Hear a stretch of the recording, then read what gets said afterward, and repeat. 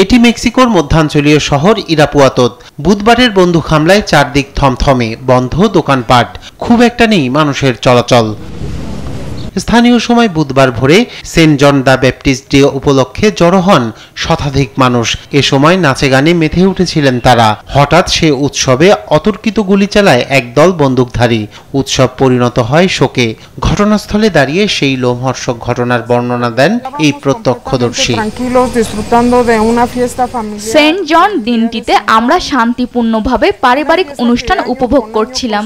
ঠিক ওই সময় হঠাৎ একদল লোক আমাদের উপর অতর্কিত হামলা চালায়।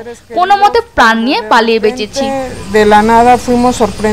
উৎসবে বন্দুক হামলার নিন্দা জানিয়েছেন দেশটির প্রেসিডেন্ট ক্লোরিয়া শেইনবাউম।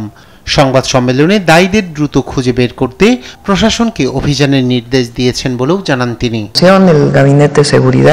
এটা দুঃখজনক ঘটনা। আমরা তদন্ত শুরু করেছি। দোষীদের দ্রুতই আইনের আওতায় আনতে হবে। এ নিয়ে তৎপরতা শুরু হয়েছে।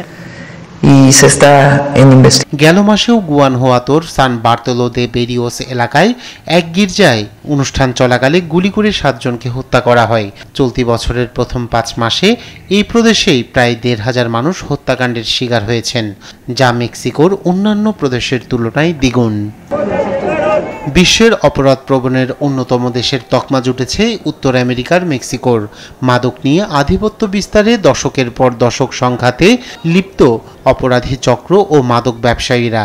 দেশটির সরকারের পরিসংখ্যানে এসেছে 2006 থেকে মাদক সংক্রান্ত সহিংসতায় এ পর্যন্ত 5 লাখ মানুষ নিহত হন, নিখোঁজ 1,20,000।